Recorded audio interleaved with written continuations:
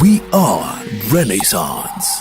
Energy for people and planet. I head the gas portfolio, so I look after both export and domestic gas for Renaissance, previously SPDC. So the third good news is AI actually likes speeches, so he has it all written out. So you're not just going to get my thoughts, you're going to get more of his thoughts, but hopefully they're both aligned. So I'm just going to take time to walk through, I think for the next 10 minutes, to walk through some of our thoughts around the topic. So indeed, I do stand on existing protocols, and then good afternoon, distinguished colleagues, industry leaders of NAPE. Indeed, for me, this is actually my very first time of being in NAPE, so I'm truly, truly excited for such an opportunity, and I'm deeply grateful. AR in himself is also very grateful for the opportunity to share his thoughts. He is very much passionate about technology, so I think it's quite a very interesting topic around technology as a force for maximizing Nigerian energy resources. So I think we all would recognize that Nigerian energy industry stands as quite a defining moment. You know, without much ado, we do recognize that there's a lot of hydrocarbon, natural resources here. But it's always quite interesting when the power goes out in our homes, we're always like curious as to, for a country so much, resources, right? We're just not able to get it to be affordable, reliable, and sustainable. So the real question indeed is, how do we resolve this conundrum, this problem where you do have the resources, but you just can't exploit or maximize it? So how do we truly exploit this opportunity using technology? As a way to unlock the resources. Before I go deeper, just in case most of you guys don't know, like I didn't know how to use a lot of the AI technology. I don't know, by the raise of hand, who uses ChatGPT? Not really everybody. I only started using ChatGPT 3 months ago. For someone who is a little bit, I thought I was a little bit advanced. I only started using it like 3 months ago. But more so, my daughter, who is 10, uses some of the technology systems and AI. In fact, she tells me that ChatGPT is kind of outdated. They've moved into more recent technology, and she's only 10 years old. So I got to learn a lot from her. But really, I think at its core, it's really a practical application for solving problems.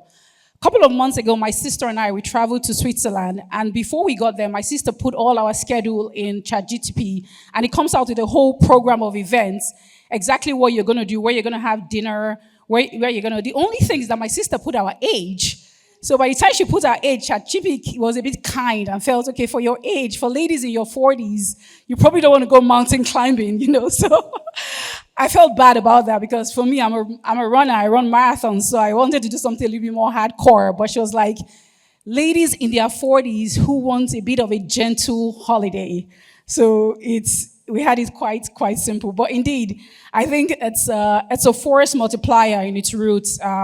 In terms of something, for me, I think technology amplifies the effectiveness of a unit beyond its capacity. So the way to think about it, if you have a small piece, like it just multiplies and expands it, beyond reach, beyond precision, beyond impact. So it allows us to generate more energy, more value, more possibility, and really is about using less to do more. I'll ask another question. How anybody has ridden in a driverless car? Has anyone been bold enough to drive in a driverless car? Okay, no, by show of hands, really nobody. But I think, again, just the way to think about it, that's sort of the kind of thing that you can do with technology, right? It really makes things. So for us, I think across the oil and gas value chain, digital technology is really transforming the game. We have things like AI, machine learning, real-time analytics. They're really changing the way we interpret seismic data, predictive maintenance needs, and just managing production. We have remote-less platforms. You can truly manage production and what you do without necessarily having to be there. So I think people who are familiar with things like digital twins, integrated workflows, what technology can do for the industry, for me, it's quite mind-blowing. I've been in the industry about 20, 21 years. And if I go back to my early days when I started, offshore, it's quite interesting where now you can actually see what happens in the field without being there, right? You don't physically have to be there. So for me as a woman, and as a mother, I just think how cool it would be without having to physically be on site. I can do things. So let's talk a little bit about my fantastic company called Renaissance, So at Renaissance, for us, it's really not just it's not just theoretical, it's a little bit more transformational. It's operational, we leverage technology as much as we can, predictive analytics, machine learning. Indeed, we're trying to use it to reduce things like downtime and extend the life of the inherited SPDC infrastructure beyond systems, beyond culture. It's really about a culture of innovation and ownership. Just as an example, a couple of weeks ago, we took 1 week out we call it Innovation Week, just so that new ideas come in play and we begin to apply it in the system.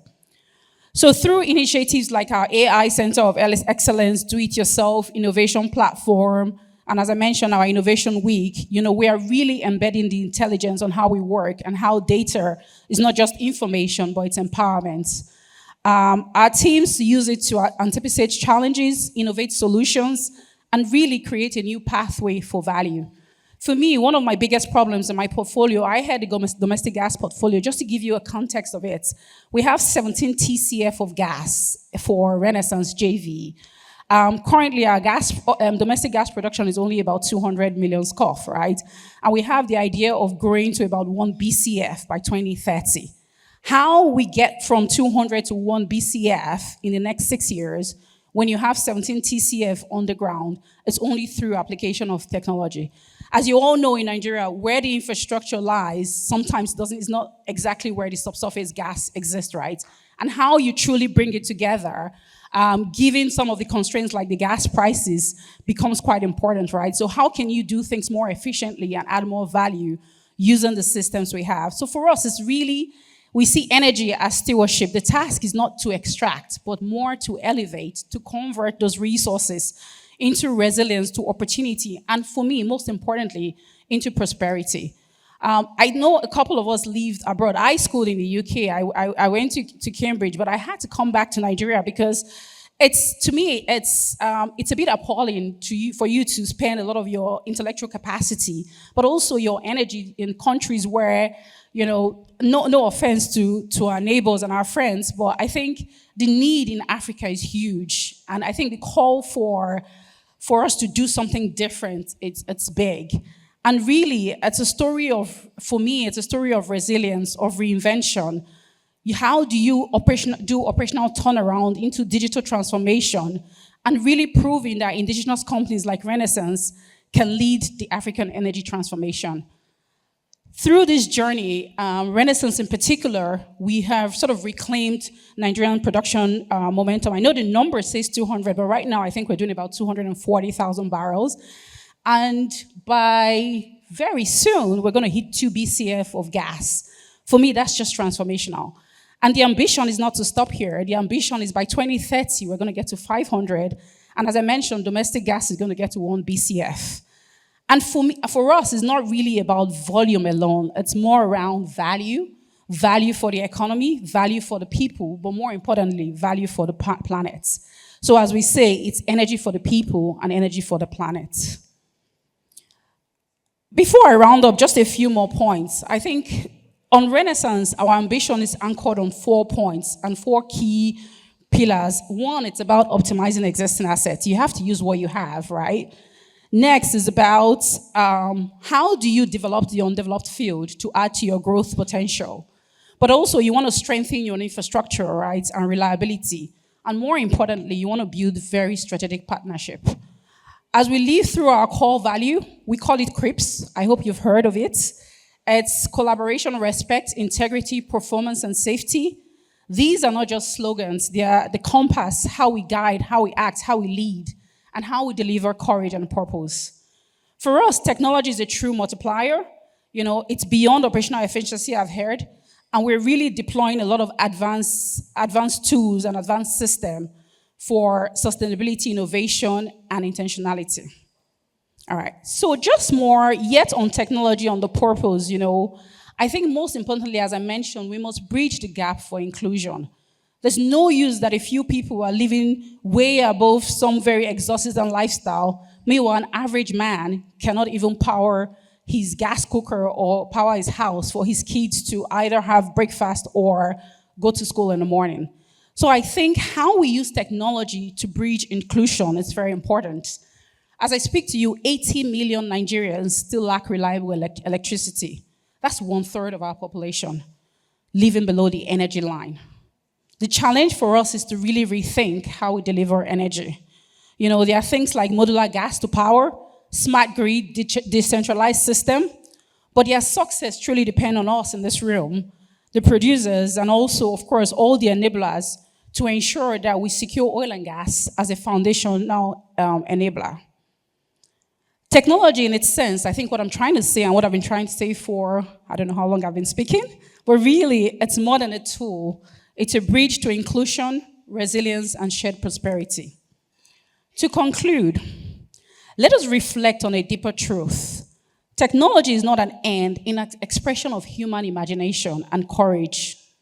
Its power lies not in the circuits and codes, but more in the intent of the people who wield it. The greatest force multiplier in any society is really not the machines, it's the mindset. So I think our collective challenge, therefore, is not just to digitalize our operations, but to humanize transformation, to ensure that the energy future that we're building serves not just the people, but the planet. We must build systems that do not merely sustain production, but truly sustains hope, innovation, and extract value, but expand potential. I'll say a short story about my kids. I moved my kids to Nigeria 4 years ago, and my kids always complain, oh, Nigeria is dirty, I don't like Nigeria. But there are a few things they tell me that makes it nice. My daughter came to me one day and said, Mommy, what state am I from? And then it was a rude awakening to me. It was like, oh, we've lived in the US for like 5-6 years, and she had no clue where she was from. So truly, how can I create a Nigeria that my daughter feels proud to live in? And she does not necessarily feel that to truly achieve her potential, she needs to live in the States. And she needs to be here so she knows that she's from Ogun State. So now she knows.